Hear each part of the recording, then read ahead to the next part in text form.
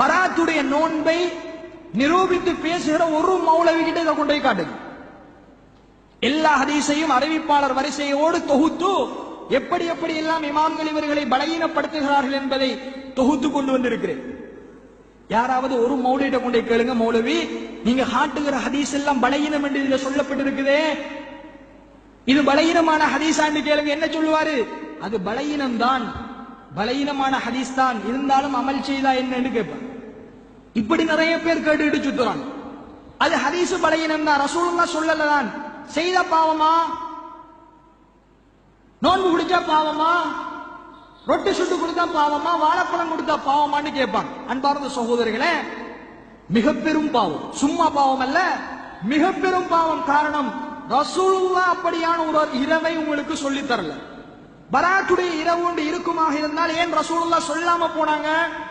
எவ்வளவு ஆதாரமாக அந்த ஹதீஸ் பதியப்பட்டிருக்கும், நம்ம எவ்வளவு அழகாக அந்த ஹதீஸை நடைமுறைப்படுத்தியிருக்கலாம்.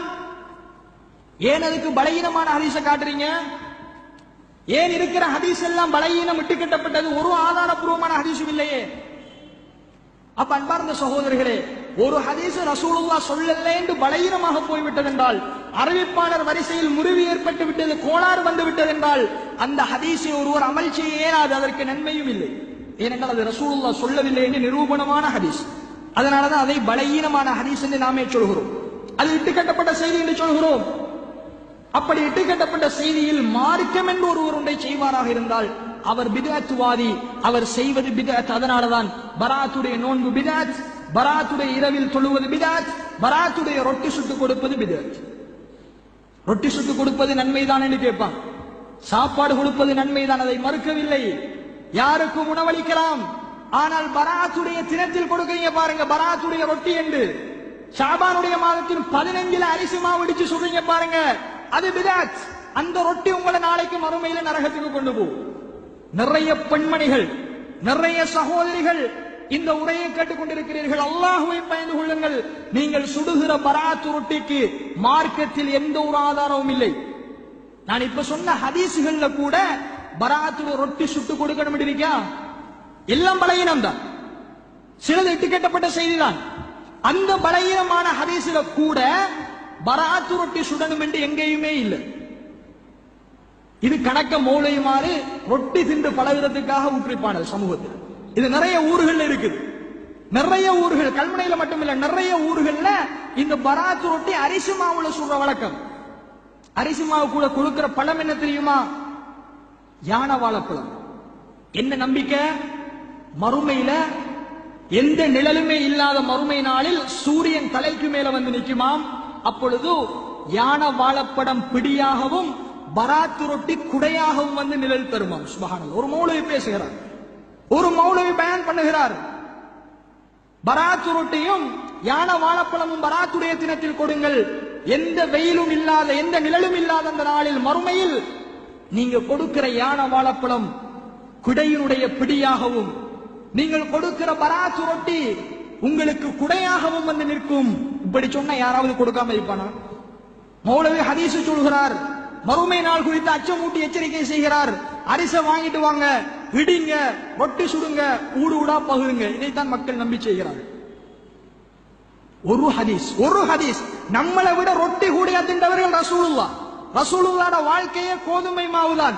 அல்லாஹ்வுடைய தூதர் அதிகம் ரொட்டி சாப்பிட்டவர்கள், சஹாபாக்கள் அதிகம் ரொட்டி சாப்பிட்டவர்கள். ஒரு ஹதீஸ், ஒரு ஹதீஸை கொண்டு வாங்க. ஒரு மௌலை கிட்ட போய் பராத்து ரொட்டி ரசூலுல்லாஹ் சுட்டு சாப்பிட்டாங்க, சஹாபாக்கள் பராத்து ரொட்டி சுட்டார்கள், ஒரு ஹதீஸை காட்டையில் அதன் பார்த்தவர்களே, அதற்கு எந்த ஆதாரமும் இல்லை.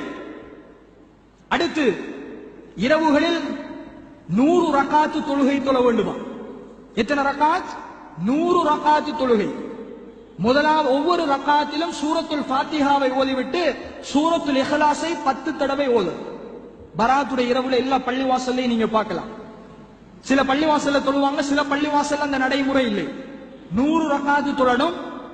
அந்த 100 ரக்காத்து தொழுகையிலையும் ஒவ்வொரு ரக்காத்திலையும் சூரத்துல் ஃபாத்திஹாவை ஓதி போட்டு குல் ஹுவல்லாஹு அஹத 10 தடவை ஓது, சூரத்துல் இஹ்லாஸ். இதுக்கு எங்க ஆதாரம்? ரசூலுல்லாஹ் இப்படி தொழுதார்கள் என்பதற்கு எங்க ஹதீஸ்?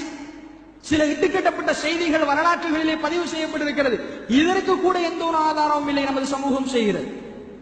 மஹ்ரிபை அடைந்து விட்டால் வரக்கூடிய வியாழக்கிழமை இரவைக்கு பராத்துடைய இரவு, நம்மளோட ஊர் வழக்கப்படி வரக்கூடிய வியாழக்கிழமை இரவைக்கு பராத்துடைய இரவாக அனுஷ்டிக்க இருக்கிறார். வியாழக்கிழமை இரவண்டா விடிகிற வெள்ளிக்கிழமை, அத வெள்ளிக்கிழமை நாத்தண்டு நம்ம சொல்லுவோம். வெள்ளிக்கிழமை பராத்துடைய தினம். எனவே வியாழக்கிழமை இரவைக்கு அந்த இரவை அனுஷ்டிக்கிறார்கள், தொழுகிறார்கள். மஹ்ரிபு தொழுது விட்டால் பள்ளிவாசல்ல விசேட துஆ பிரார்த்தனை 3 யாசின் ஓதப்படும். நம்ம ஊர்ல இருக்கிற வழக்கம். முதலாவது யாசின் உங்களுடைய ரிஸ்க் அதிகரிப்பதற்கு, இரண்டாவது யாசின் ஆயுள் நீடிப்பதற்கு, மூன்றாவது யாசின் நம்மகிட்ட இருக்கிற பலாய் முசீபத்து நீங்குவதற்கு. இப்படி 3 யாசின் ஓதுறாங்க. ஆயுள் நீடிப்பதற்கும், உணவு விஸ்தீரணமாகுவதற்கும், பலாய் முசீபத்து நீங்குவதற்கும். அன்பார்ந்த சகோதரர்களே, இந்த யாசின் ஓதுவதற்கு எங்க ஆதாரம்?